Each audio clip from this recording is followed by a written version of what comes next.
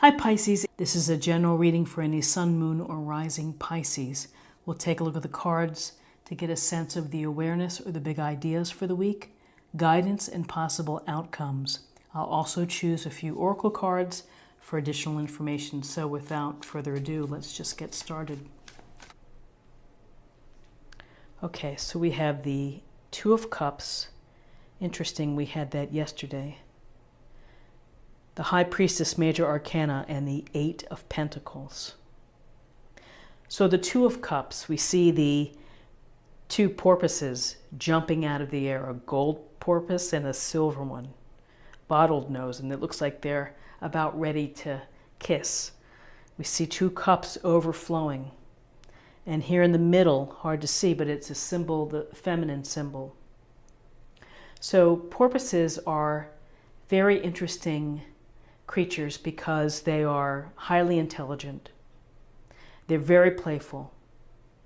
And they're quite randy. And so they're having a lot of fun when they're not reproducing. They still like to have that quote unquote fun.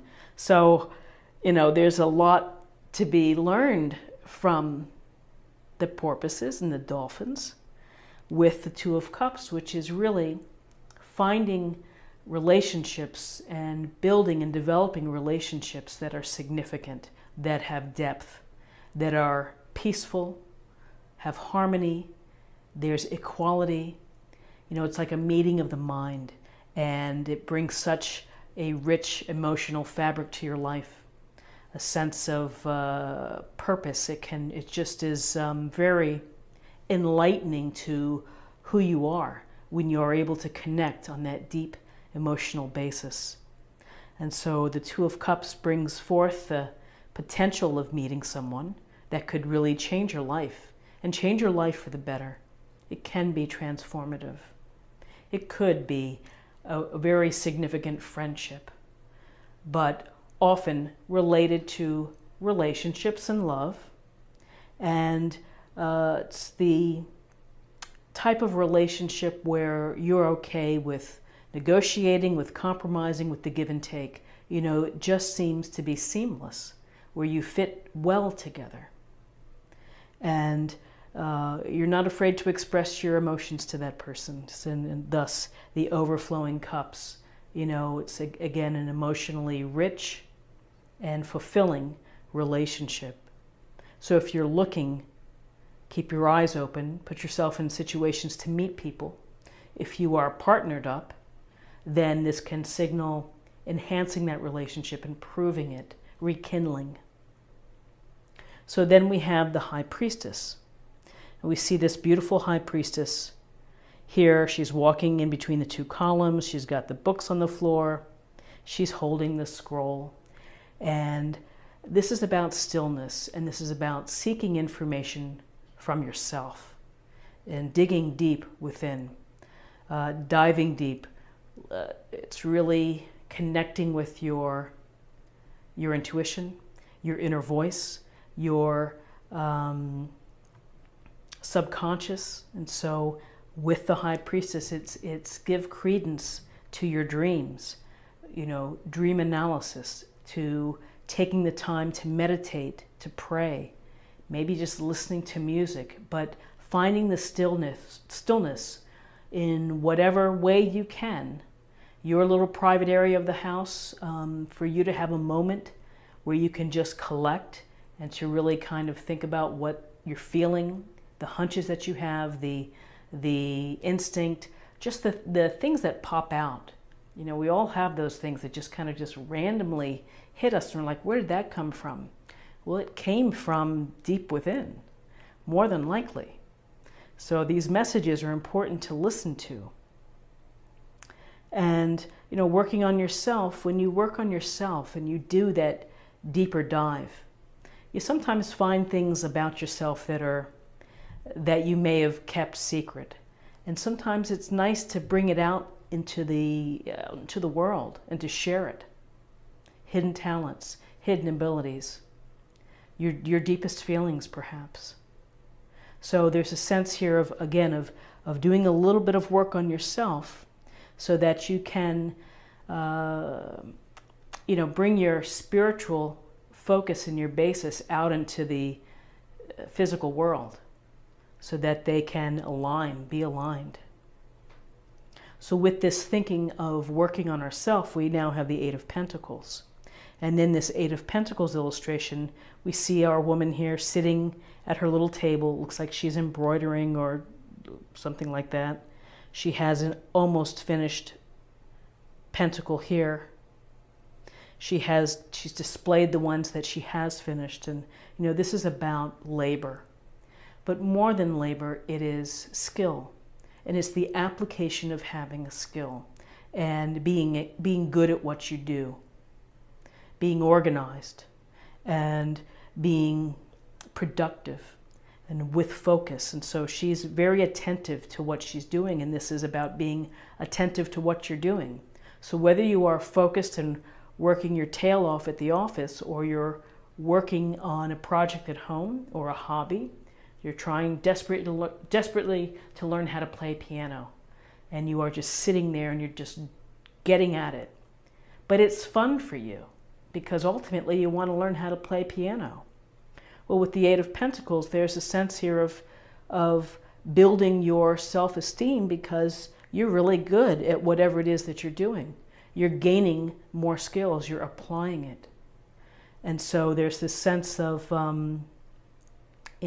slow, detailed, focus work. And it's focusing on the moment of what you're doing. Now, if this is in relationship, or if this is in regard to a relationship, this could signal that you might have to work on improving relationships, maintaining relationships, finding a relationship. It takes a lot of energy to have successful relationships in life and successful interactions. And so, there's this sense here that this is a wonderful ultimate goal for many who want a union, a healthy, happy, loving union. But to have this, you really have to understand yourself, your motivations, who you are, and it's a sense of, again, I would say this being in the present moment and having the focus. So whether you are focused on trying to find this, improve your relationship, this is a good omen. And if this is simply just regarding that you're working on yourself, you have great friendships, you have great colleagues at the office, and you're building your skills day by day, then that's what it is. So it's always a powerful reading when you have the High Priestess, because it's urging you to trust your intuition, to trust your inner guides, to believe in your dreams, and to believe in the things that your mind is telling you. So let's take a look at the numbers. First off, we have 2 twos here. Again, twos are about balance and relationships and partnerships and cooperation between the two. So we've got 2, 4, and 8 is 12, and 12 reduces to 3, and 3 is about group activities, expression, and creativity. So to close this reading, I'd like to select an oracle. I believe it's messages from the guides, and we will get a little more information.